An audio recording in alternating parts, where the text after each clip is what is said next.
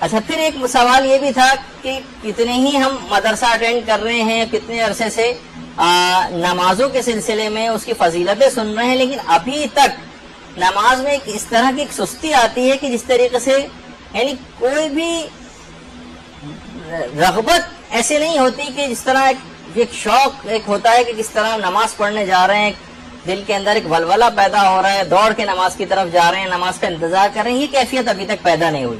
تو نماز میں جو سستی ہے اس کا کیا کیا جائے؟ تو دیکھیے اس کے لیے بھی یہ سوال آیت اللہ بہجت سے بھی پوچھا گیا تھا. ایک جوان نے کہا تھا کہ نماز پڑھنا میرے لیے بہت ہی مشکل کام ہے، آخری منٹوں میں بھی بہت ہی مشکل سے جاتا ہوں نماز پڑھنے کے لیے، اب میں کیا کروں؟ تو آیت اللہ بہجت نے جو نماز میں سستی کا علاج اس نوجوان کو بتایا. تو پہلا یہ 2 علاج بتائے، ویسے تو اور بھی بہت سارے ہیں لیکن کم سے کم 2 علاج. ایک تو فرمایا انہوں نے کہ قلل من شرب الماء، پانی کم سے کم پیا کرو. یہ بہت سے آرے افراد کو ہو سکتا ہے کہ آج کل کیونکہ میڈیکل سائنس آپ کو پتہ ہے کہ وہ بہت زیادہ ہم لوگ اسی کو زیادہ اوتھینٹک اور حجت سمجھتے ہیں، اگرچہ بہت سی روایات میں بھی زیادہ پانی پینے کی ممانعت ہے، لیکن یہ کہ بہرحال لوگ کہتے ہیں کہ بھئی اب زیادہ سے زیادہ پانی پینا چاہیے، اور روزانہ اتنے گلاس تو ضروری پانی پینا چاہیے. ہو سکتا ہے کچھ عرصے کے لیے سمجھ جتنی سائنس نے اپنے اندر تیزی کے ساتھ نظریات تبدیل کیے ہیں اور کسی بھی علم نے شاید اتنی تیزی سے تبدیل نہیں کی. تو بہرحال قلل من شرب الماء یعنی پانی کو کم سے کم پیو.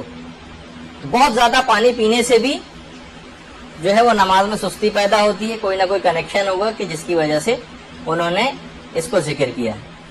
دوسری چیز آیت اللہ بہجت نے اور فرمائی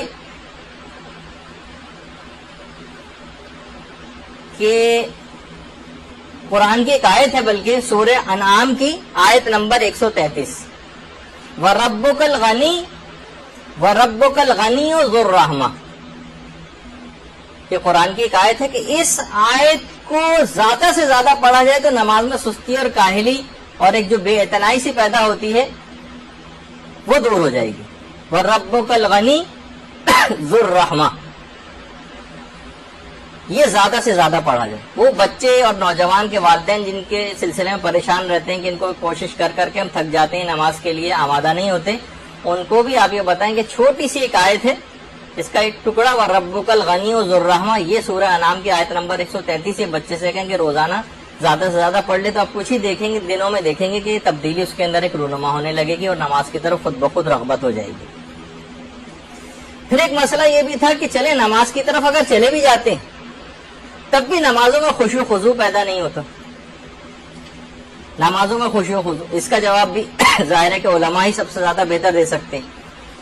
تو آیت اللہ بہجت نے اس کے بھی نمازوں میں خشوع و خضوع کے لیے کیا کریں. ویسے جو بہت پرانا گروپ یہاں پہ بیٹھا ہوا ہے، نماز میں خشوع و خضوع کے 35-40 طریقوں کے اوپر ہماری کلاس ہو چکی ہے. بہت اگرچہ اس کو 7-8 سال ہو گئے کلاس کو، لیکن یہ کہ انشاءاللہ آپ لوگوں کے لیے ذرا نئے انداز سے دوبارہ وہ کلاس لینی ہوگی تاکہ سب کے لیے پھر فائدہ مند اور کارآمد ہو جائے.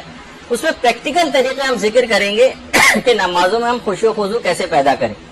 آیت اللہ بہجت کے صرف 2 طریقے آج انہوں نے فرمایا کہ ایک تو امام زمانہ علیہ السلام سے توسل حقیقی پیدا کریں، اللہم صلی علی محمد،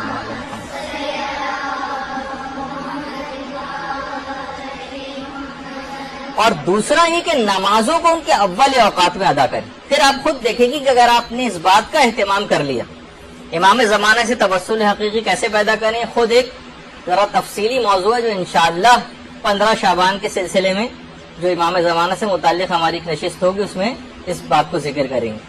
اور نمازوں کو ان کے اول اوقات میں ادائیگی خود اس بات کا لازمہ بن جائے گی کہ آپ کا نمازوں میں خشوع و خضوع خود بخود پیدا ہو جائے. یہ اس وقت ہوتا ہے کہ جب آپ نمازوں کو بہت زیادہ لیٹ کرتی ہیں، ڈیلے کرتی ہیں، کاموں پہ کام کرتے چلے جا رہی ہیں، اپنے گھریلو اور نماز کو پس پوش ڈال کر آخری اوقات تک پہ کھینچتی ہوئی لے جاتی ہیں، تب یہ ایسا ہوتا ہے. اگر اول وقت میں ادائیگی کا اہتمام ہو تو خود بخود خشوع و خضوع پیدا ہو جائے گا.